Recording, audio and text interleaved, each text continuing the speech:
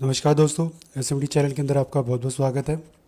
दोस्तों, इस वीडियो के अंदर हम बात करेंगे HDFC diversified equity all cap active FOF direct growth. इस म्यूचुअल फंड के बारे में हम दोस्तों बात करने वाले हैं।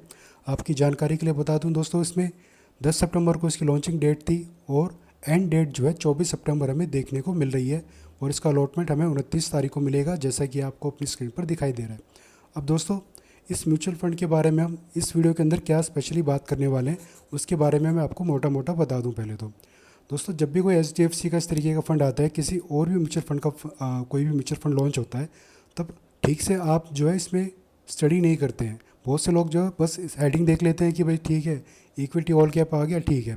अब बहुत सारे लोगों ने दोस्तों यहाँ पर भी एक थोड़ी सी मिस्टेक कर रखी होगी, क्योंकि दोस्तों ये वीडियो मैं इसलिए बना रहा हूँ क्योंकि जो मेरे सर्कल के भी कुछ मेरे मित्र हैं, उनकी तरफ से भी जो गलती हुई थी, मैं ज़रा वो बताता हूँ उन्होंने क्या गलती करी है इसमें।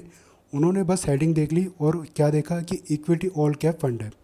बस ये इक्विटी ऑल कैप फंड उन्होंने समझ लिया कि ठीक है, सारे के सारे जितने भी कैप हैं, जैसे large cap, mid cap, small cap, इन फंड के अंदर जो है ये पैसे लगाने वाला है म्यूचुअल फंड, ये जो है HDFC का, तो इसमें हम इन्वेस्टमेंट कर देते हैं।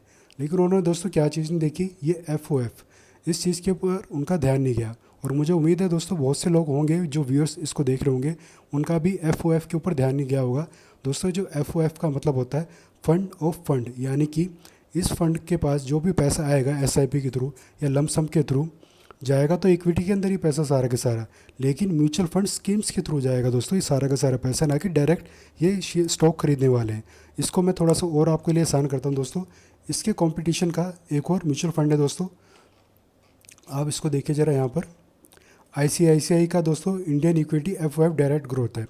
ये दोस्तों आया था 2020 में। अगर आप देखें, मैंने इसमें ऑल टाइम कर रखा है यहाँ पर, ये फरवरी 2020 में आया था दोस्तों।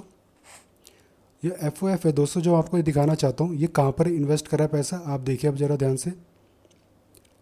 इनकी जो होल्डिंग है कहाँ पर है, ICICI के equity fund direct growth, flexi cap, Nifty infrastructure, और आप देख सकते हैं जितने भी ICICI के जो म्यूचुअल फंड स्कीम है, इसके अलावा पराग वालों के हैं, क्वांटम वालों के जो म्यूचुअल फंड हाउसेस हैं, उन सब के जो म्यूचुअल फंड स्कीम है उसके अंदर पैसा लगाते हैं।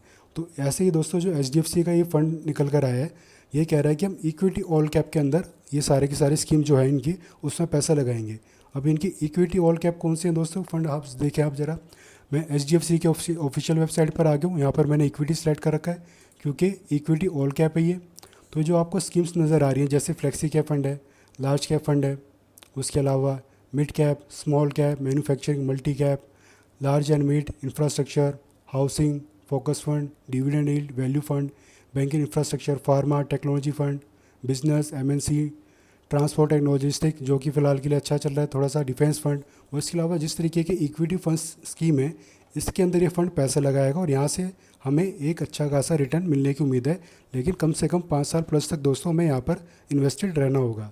यानी कि आप SIP या लमसम के साथ साथ SIP इस म्यूचुअल फंड के अंदर करने वाले हैं, तो कम से कम दोस्तों 5 साल का आपका इन्वेस्टमेंट यहाँ पर होना चाहिए। क्योंकि दोस्तों जब भी इक्विटी लिखा आ जाता है, इक्विटी का मतलब होता है दोस्तों हाई रिस्क या फिर वेरी हाई रिस्क, और इसकी कैटेगरी भी है वेरी हाई रिस्क। तो दोस्तों इस तरीके के म्यूचुअल फंड में कम से कम अगर आप 5 साल तक स्टे कर लेते हैं, तो उसी के बाद जो है आपके जो रफ्तार बढ़ती है इसमें पैसे बढ़ने की। हालांकि हाई रिस्क होता है दोस्तों इसके अंदर, और कुछ इस फंड में थोड़ा सा वेरी हाई हो जाता है रिस्क। लेकिन दोस्तों जहाँ पर इक्विटी आ जाता है वहाँ पर रिस्क तो हमेशा बना रहता ही रहता है, क्योंकि इक्विटी का मतलब है दोस्तों स्टॉक्स के अंदर एंट्री करना म्यूचुअल फंड के थ्रू। और जो हाइब्रिड फंड वगैरह होते हैं, अब आपको पता ही होगा, इक्विटी के साथ साथ जो बॉन्ड्स होते हैं, डेबिट जिसको हम कहते हैं, उसमें इन्वेस्टमेंट करते हैं।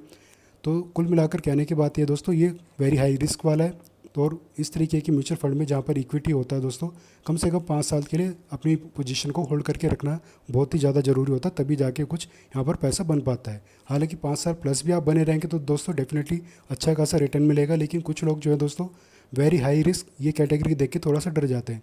लेकिन आप एक बात को समझिए दोस्तों, जहाँ पर इक्विटी यानी कि स्टॉक्स को परचेज़ करने की बात आती है, वहाँ पर रिस्क की जो है संख्या ज़्यादा बढ़ जाती है।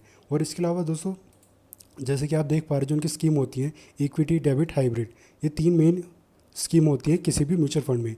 इक्विटी का मतलब जैसा कि मैंने बताया आपको, इसमें सारा पैसा स्टॉक्स में जाता है। और डेबिट क्या होता है हमारा, डेबिट यानी कॉर्पोरेट बॉन्ड या फिर गवर्नमेंट के जो बॉन्ड होते हैं उसमें पैसा जाता है। और हाइब्रिड इक्विटी और डेबिट का ये प्लस होता है पॉइंट, यानी कि इक्विटी में भी पैसा जाता है और डेबिट में भी पैसा जाता है, इसलिए सबसे ज़्यादा सुरक्षित हाइब्रिड फंड को माना जाता है।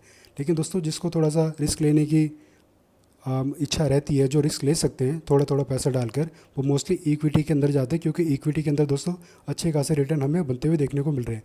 15 से लेकर 30% के आसपास तक जो है रिटर्न हमें निकलते हुए देखने को मिल जाते हैं। और दोस्तों अगर आपको HDFC के अगर आप पुराने इन्वेस्टर हैं, आप इसकी म्यूचुअल फंड स्कीम में पैसा लगाते हैं, तो आपको ध्यान हो इनका आज से 3 साल पहले के आसपास एक मैन्युफैक्चरिंग फ़ंड के नाम से भी एक फ़ंड आया था, जो करीब करीब अब तक जो 30% के आसपास तक का रिटर्न निकाल कर दे चुका है।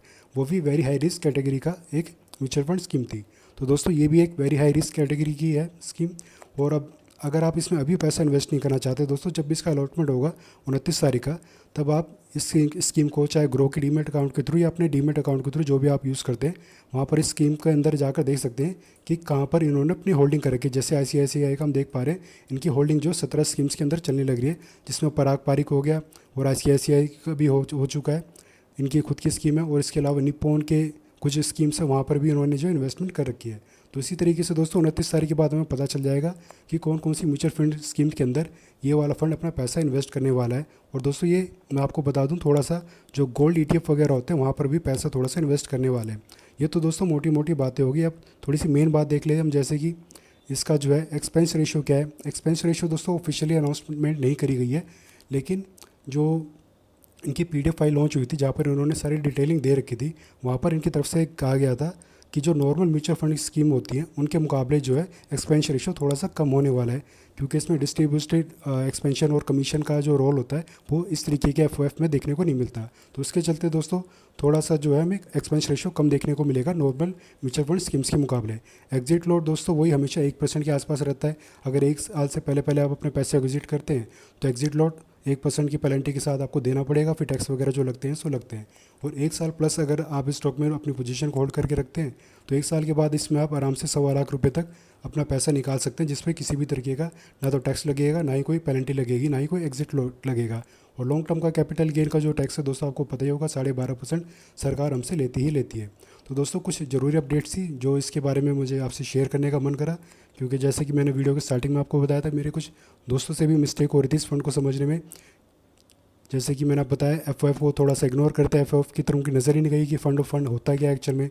तो उनसे मैंने डिस्कशन किया, फिर मैं सोचा कि क्यों ना इसके ऊपर एक डेडिकेटेड वीडियो बनाई जाए, जहाँ पर हमने डिस्कस करा जैसे कि इक्विटी फंड्स क्या है, FOF क्या है और किस तरीके से इन्वेस्टमेंट करेगा म्यूचुअल फंड। तो दोस्तों ये कुछ ज़रूरी अपडेट्स थी जो मैंने आपसे शेयर करी। अगर आपको ये जानकारी अच्छी लगी हो, यूज़फुल लगी हो, तो वीडियो को लाइक करना, चैनल को सब्सक्राइब करना। धन्यवाद।